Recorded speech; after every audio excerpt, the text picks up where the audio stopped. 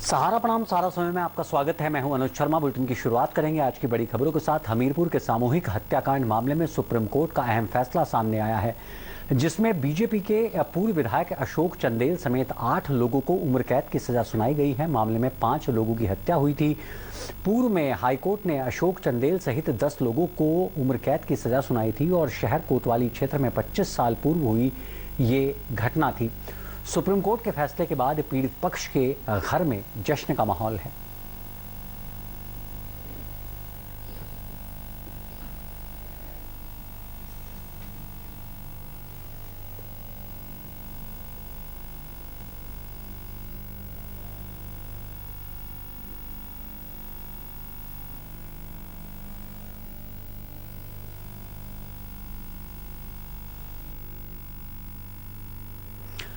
मुजफ्फरनगर की खतौली विधानसभा से बीजेपी विधायक विक्रम सैनी की सदस्यता रद्द कर दी गई है। 2013 के मामलों में विधायक को सजा हुई थी।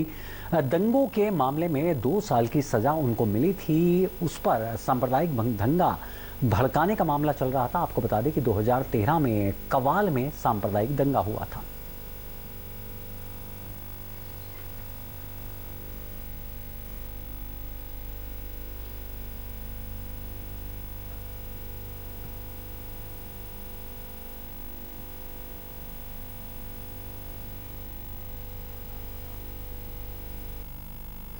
गाजियाबाद, नोएडा और दिल्ली में प्रदूषण अपने खतरनाक स्तर पर पहुंच गया है। उत्तर प्रदेश के एनसीआर, दिल्ली के कई इलाकों में AQI 600 के पार पहुंच गया है। नोएडा में बढ़ते प्रदूषण को देखते हुए स्कूल 8 नवंबर तक बंद कर दिए गए हैं और 8 नवंबर तक ऑनलाइन क्लासेस चलेंगी। दिल्ली एनसीआर में हवा की गुणवत्ता खराब बनी हुई है। बात करें गाजियाबाद की तो यहाँ स्थिति बेहद खराब है। यहाँ एयर क्वालिटी इंडेक्स 373 के पार पहुंच चुका है। स्कूल जाने वाले बच्चों की आंखों में जलन जैसी परेशानी हो रही है। हर शख्स बच्चों के स्वास्थ्य को लेकर चिंतित है।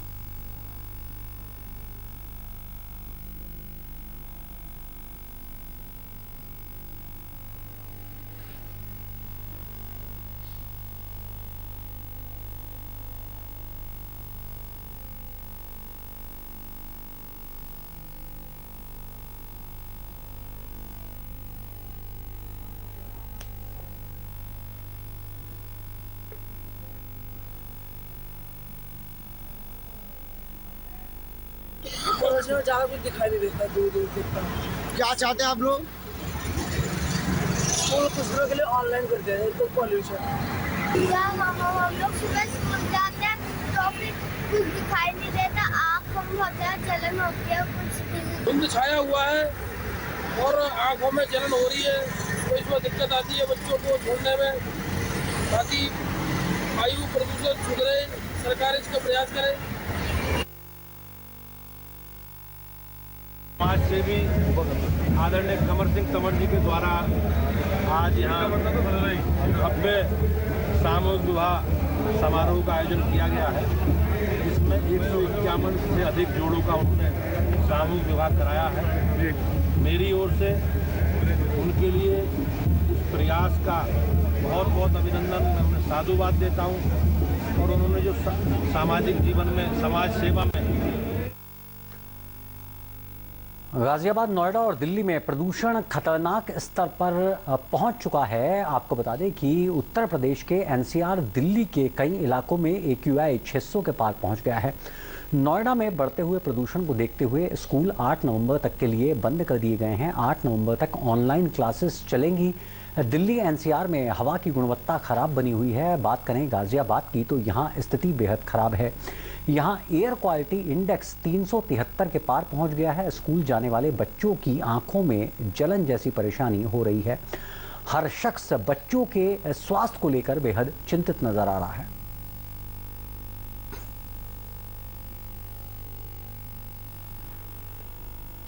उत्तराखंड में आज लखपति दीदी योजना का शुभारंभ हो गया है। मुख्यमंत्री धामी ने इस योजना का शुभारंभ किया है। आपको बता दें कि जो महिलाएं स्वयं सहायता ग्रुप के माध्यम से काम करती हैं, उनके उत्पादों को मार्केट में उपलब्ध कराना और उनके रोजगार को प्रमोट करना होगा, ताकि महिलाएं भी आर्थिक रूप से सशक्त बन सकें। क्योंकि अभी तक इस तरह का काम करने वाली 26,000 महिलाओं का लाभ उनको मिलता है, लेकिन सरकार की कोशिश है कि 2025 तक 1.25 लाख से ज़्यादा महिलाओं को इस योजना का लाभ मिल सके।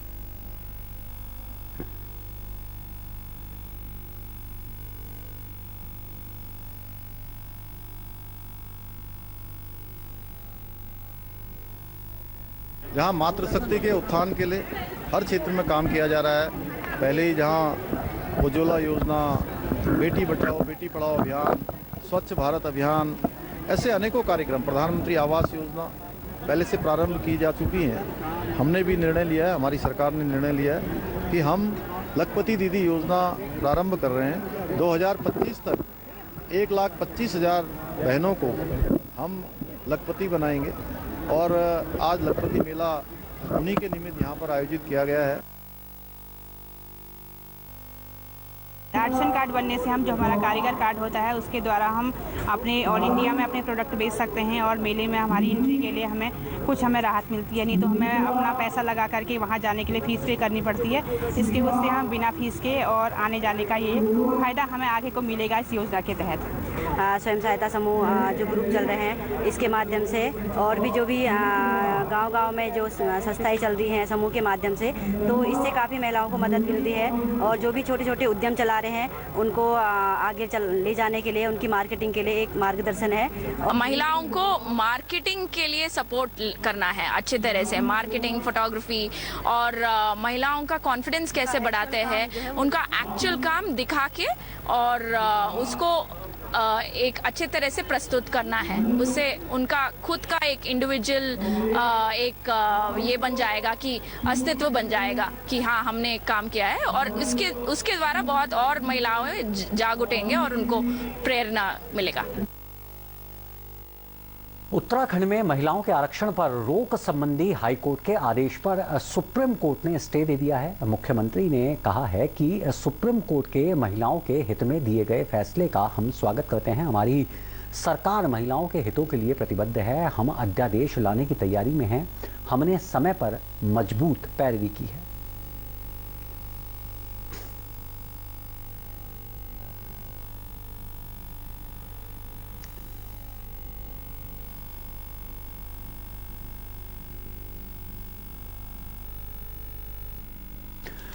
उत्तराखंड में आज दिवाली पर्व इगास मनाया जा रहा है। इस राज्य में इस अवसर पर अवकाश घोषित किया गया है। मुख्यमंत्री धामी ने प्रदेशवासियों को इगास की शुभकामनाएं दी हैं।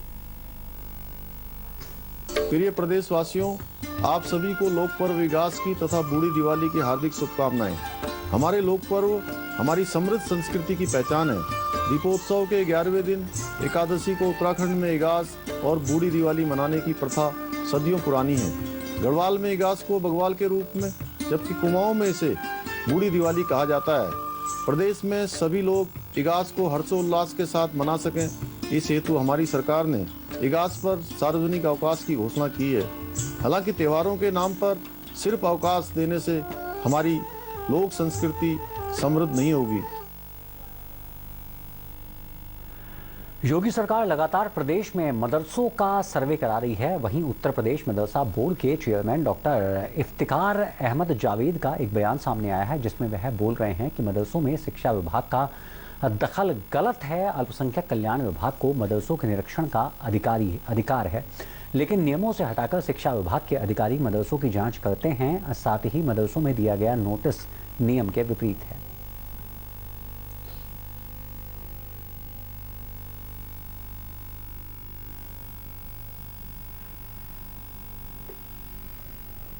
इन्होंने एक कंप्रोमाइज़ जो है ऑटोमेशन सिस्टम लगा रखा है, जिससे जो है कंप्यूटर में इनका रियल स्टॉक और ओरिजिनल स्टॉक में जो कंप्यूटराइज स्टॉक दिखा रहा है और ओरिजिनल स्टॉक में बहुत ज़्यादा अंतर है। उस संबंध में आपूर्ति विभाग की टीम द्वारा जो है जांच पड़ताल करके और आवश्यक विधिक कार्रवाई की जा रही है।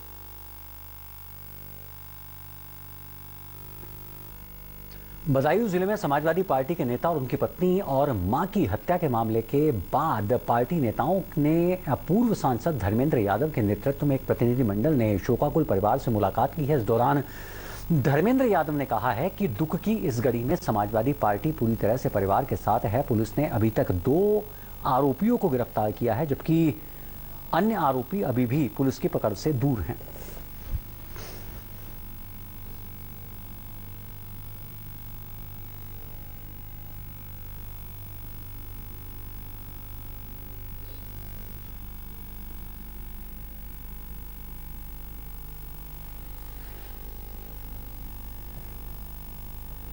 आपराधिक ट्रैक रिकॉर्ड अगर आप उठाएंगे तो इसकी शुरुआत होती है 1979 से, शायद मेरे जन्म के समय से।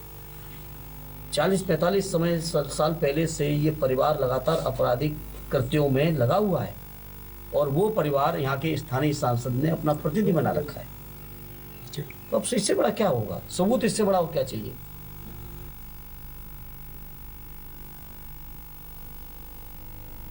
अंकिता भंडारी के पिता ने उत्तराखंड हाईकोर्ट में उनकी बेटी की हत्या में जांच कर रही एसआईटी पर सवाल उठाते हुए सीबीआई जांच की मांग की है। उन्होंने कहा है कि जांच में उनका पक्ष भी नहीं सुना गया है। अंकिता भंडारी के परिजन उच्च न्यायालय में बेटी को न्याय दिलाने पहुंचे थे, लेकिन बेटी को न्याय न मिल पाने से दुखी परिजन कोर्ट के गेट पर ही रोने लगे। वे पौड़ी के श्री कोर्ट में दायर याचिका की सुनवाई के संबंध में यहां पहुंचे थे। अंकिता के पिता वीरेंद्र भंडारी ने कहा है कि अब तक सरकार ने एसआईटी से जांच कराई, वह जांच से असंतुष्ट हैं और अपनी बेटी को न्याय दिलाने के लिए लड़ाई लड़ेंगे। उन्होंने कहा है कि वो सीबीआई जांच की मांग करेंगे और जागो उत्तराखंड के तहत उनकी बेटी को न्याय दिलाने के लिए चंदा इकट्ठा किया जा रहा है। सरकार उनकी बेटी को न्याय दिलाने का अपना मुख्य उद्देश्य तो भूल ही गई है और शायद चंदे की आड़ में मामले को दबाना चाहती है। उन्होंने कहा है कि सरकार ने साजिश के तहत आरोपियों को बचाने की कोशिश की है।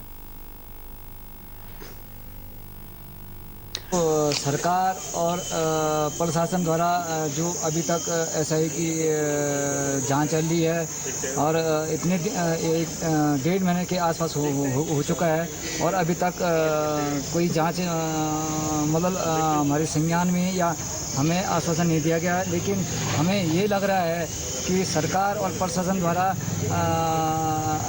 एसआईटी के को दबाव में डाल के ये जांच चल रही है और जो अभी एक तो अंकिता के रूम जो एक तोड़ा गया और उसमें आग जलाई गई, तो इसमें तो मुझे एक तो रेनोविस्ट का हाथ है और जो जिस बुलडोजर से रूम तोड़ा गया उसमें उस बुलडोजर में ड्राइवर। तो उत्तर प्रदेश बीजेपी के प्रदेश अध्यक्ष भूपेंद्र चौधरी ने कहा है कि प्रदेश सरकार प्रदूषण पर नियंत्रण करने के लिए प्रभावी कार्रवाई करके इसे नियंत्रित करने का कार्य कर रही है। ये काम सभी के लिए चैलेंज के जैसा है और सभी को मिलकर इस पर साथ साथ काम करना चाहिए। राजनीति नहीं करनी चाहिए। अपनी जवाबदेही चाहे राज्य सरकार की हो और चाहे हम लोगों की हो, सभी की जिम्मेदारी को अपनी निभाते हुए प्रयास करते हुए आगे बढ़ना चाहिए। अमरोहा में बीजेपी के पूर्व सांसद समाज सेवी चौधरी कमल सिंह तंवर ने सामूहिक विवाह सम्मेलन में शिरकत करने वो आए थे, जिसमें 151 जोड़ों को शादी के बंधन में बांधा गया।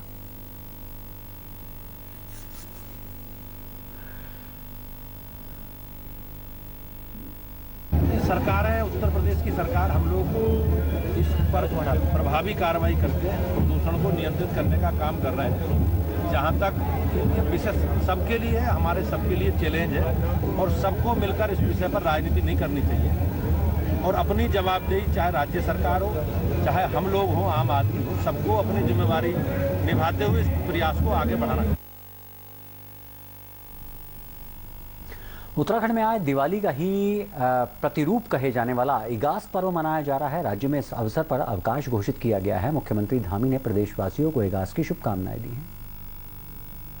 प्रिय प्रदेशवासियों, आप सभी को लोक पर्व इगास की तथा बूढ़ी दिवाली की हार्दिक शुभकामनाएं। हमारे लोक पर्व हमारी समृद्ध संस्कृति की पहचान है। दीपोत्सव के 11वें दिन एकादशी को उत्तराखंड में इगास और बूढ़ी दिवाली मनाने की प्रथा सदियों पुरानी है। गढ़वाल में इगास को बग्वाल के रूप में, जबकि कुमाऊं में इसे बूढ़ी दिवाली कहा जाता है। प्रदेश में सभी लोग इगास को हर्षोल्लास के साथ मना सकें, इस हेतु हमारी सरकार ने इगास पर सार्वजनिक अवकाश की घोषणा की है। हालांकि त्योहारों के नाम पर सिर्फ अवकाश देने से हमारी लोक संस्कृति समृद्ध नहीं होगी, बल्कि ऐसे पर्वों को जन सहभागिता और पूरे उत्साह के साथ मनाकर ही हम अपनी जड़ों को मजबूत कर सकते हैं। मैं आप सभी से आह्वान करता हूं कि इगास के दिन अधिक से अधिक संख्या में अपने पैतृक गांव पहुंचें और पूरे उत्साह के साथ इस लोक पर्व को मनाएं। एक बार पुनः आप सभी उत्तराखंड वासियों को लोक पर्व विकास और बूढ़ी दिवाली की अनेकों शुभकामनाएं।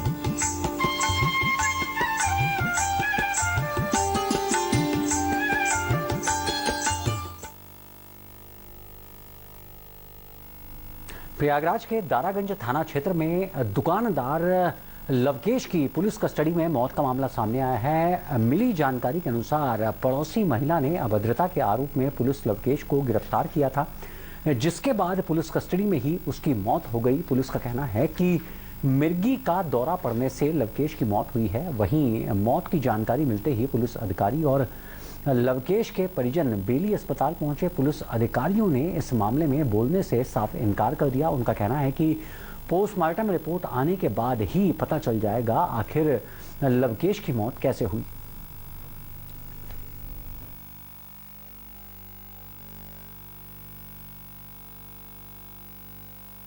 सूचना मिली थी दारागंज में कि एक जगह रास्ते को लेकर वाद विवाद हो रहा है। उसी में वहां पर स्थानीय पुलिस थाना दारागंज से पहुंची और एक व्यक्ति को हिरासत में वहां से लिया, जिसका नाम लवकेश शर्मा है, और उनको 151, 107, 16 के तहत चालान किया गया। इसके बाद उनको मेडिकल के लिए बेली हॉस्पिटल ले जाया गया, जहां पर पहले उनका कोविड टेस्ट हुआ जिसमें वो नेगेटिव आए। इसके बाद उनकी तबीयत खराब हो गई और वहीं पे उनकी मृत्यु हो गई। इस संबंध में उनको पोस्टमार्टम के लिए SRN भेजा गया है और आगे की विधिक कार्रवाई की जा रही है। लखनऊ में बदमाशों के हौसले बेहद बुलंद होते जा रहे हैं। ताज़ा मामला गाजीपुर थाना क्षेत्र के सेक्टर 17 स्थित पैथोलॉजी सेंटर का सामने आया है, जहां पर आधा दर्जन से अधिक दबंगों ने पैथोलॉजी सेंटर में घुसकर संचालक की जबरदस्त पिटाई की और साथ ही सैनी लाइटर मशीन भी अपने साथ ले गए। पीड़ितों ने बताया है कि मामले की सूचना पर पुलिस को दी गई, लेकिन पुलिस मौके पर नहीं पहुंची, जिसके बाद पीड़ित थाने जाकर आरोपियों के खिलाफ शिकायत दर्ज कराई, लेकिन पुलिस ने FIR दर्ज करने में भी टालमटोली की।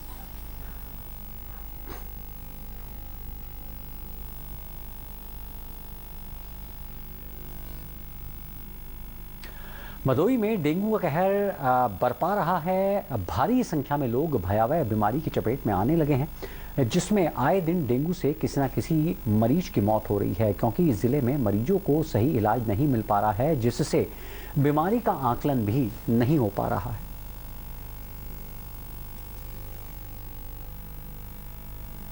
पूरे जिले में ऐसा कोई घर नहीं है, ऐसा कोई मकान नहीं है जहाँ पे 1 या 2 व्यक्ति बीमार हो, चाहे वो गैर सरकारी अस्पताल हो चाहे सरकारी अस्पताल हो, हर कहीं कोई मरीजों की भीड़ लगी हुई है। तो डायग्नोसिस नहीं हो रहा, किसी की जांच नहीं हो रही है कि हाँ इसको बहुत इसलिए हो रही है, इसलिए पता नहीं चल पा रहा है। लेकिन जहाँ तक स्वास्थ्य विभाग का बात है तो उनका कहना है कि ये बीमारी डेंगू की वजह से हो रहा है, डेंगू के मच्छर के काटने की वजह से हो रहा है। हमारे यहाँ एंटीजन टेस्ट होता है हर हाल में जी। एंटीजन पॉजिटिव तो हो आ रहे हैं, लेकिन इसका कंफर्मेशन होता है एलिजा टेस्ट। एलिजा टेस्ट का हमारे यहाँ व्यवस्था ये है कि हम लोग यहाँ से मरीजों का सैंपल लेकर के जिसका एंटीजन पॉजिटिव है उसको बनारस भेजते हैं। ब्लड को हम लोग पहले सामुदायिक स्वास्थ्य भदोही भेजते हैं, भदोही से DHU जाता है। उत्तर प्रदेश में नकली तेल का काला कारोबार अभी भी जारी है। STF की टीम ने मेरठ के 5 पेट्रोल पंप पर छापेमारी की है। इन पंप पर समानांतर ऑटोनेशन सिस्टम लगवाकर मिलावट को अंजाम दिया जाता था और साथ ही नकली डीजल पेट्रोल मिलाकर रोजाना लाखों रुपए के मुनाफे लिए जाते थे। हासिल जानकारी के मुताबिक मुखबिर की सूचना पर STF ने छापेमारी की।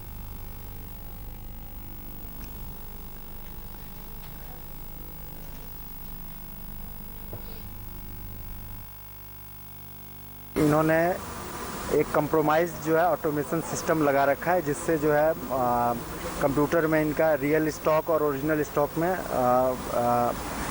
जो कंप्यूटराइज स्टॉक दिखा रहा है और ओरिजिनल स्टॉक में बहुत ज़्यादा अंतर है। उस संबंध में आपूर्ति विभाग की टीम द्वारा जो है जांच पड़ताल करके और आवश्यक विधिक कार्रवाई की जा रही है। रामपुर में पुलिस लगातार अपराधों को कम करने में लगी हुई है और इस क्रम में मुखबिर की सूचना पर पुलिस ने कार्रवाई करते हुए 2 अभियुक्तों को गिरफ्तार किया है। पुलिस को उनके पास से 500 रुपए की 18 नकली नोट भी बरामद हुए हैं। हासिल जानकारी के मुताबिक पुलिस इन अभियुक्तों पर काफी समय से निगाह बनाए हुए थी और इन्हें लाडपुर तिराहा के पास से गिरफ्तार कर लिया गया है। फिलहाल पुलिस ने बदमाशों के ऊपर कई गंभीर धाराओं में मुकदमा दर्ज कर जांच शुरू की है।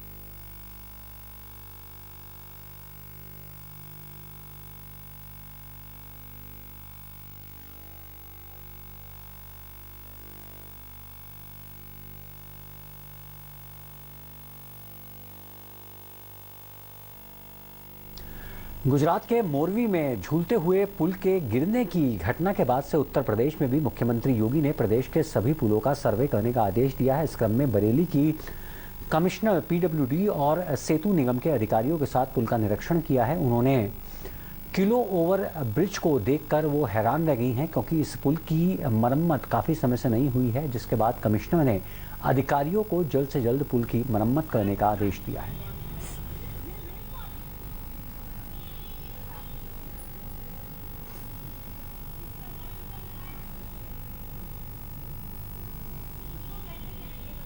गोरखपुर के कोतवाली थाना क्षेत्र दुर्गाबाड़ी के पास राज नर्सिंग होम पैरामेडिकल के proprietor medical mafia Abhishek Yadav की लगभग 100 करोड़ रुपए की संपत्ति को जिला प्रशासन ने कुर्क कर दिया है। इसके साथ ही अभिषेक यादव पर यह गोरखपुर में अभी तक की सबसे बड़ी कार्रवाई है। आपको बता दें कि राज नर्सिंग होम ने हजारों छात्रों से पैसा लेकर उन्हें फर्जी डिग्रियां दे दी थी। छात्रों का एडमिशन करके उनके भविष्य के साथ खिलवाड़ करने का काम किया गया था, जिसको लेकर छात्रों ने 1 हफ्ते से अधिक तक धरना प्रदर्शन किया था और जिसके बाद जिला प्रशासन ने मेडिकल माफिया के खिलाफ मुकदमा दर्ज करके उन्हें गिरफ्तार कर जेल भेज दिया था।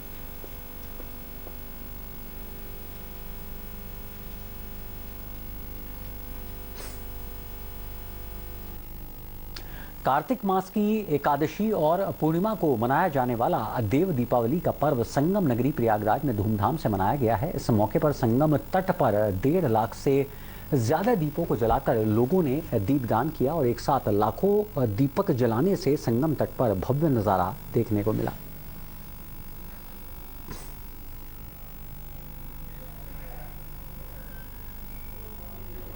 तो फिलहाल इस बुलेटिन में इतना ही। ताज़ा तरीन खबरों के लिए आप लॉगिन कर सकते हैं हमारी वेबसाइट samalive.com। सहारा बनाओ।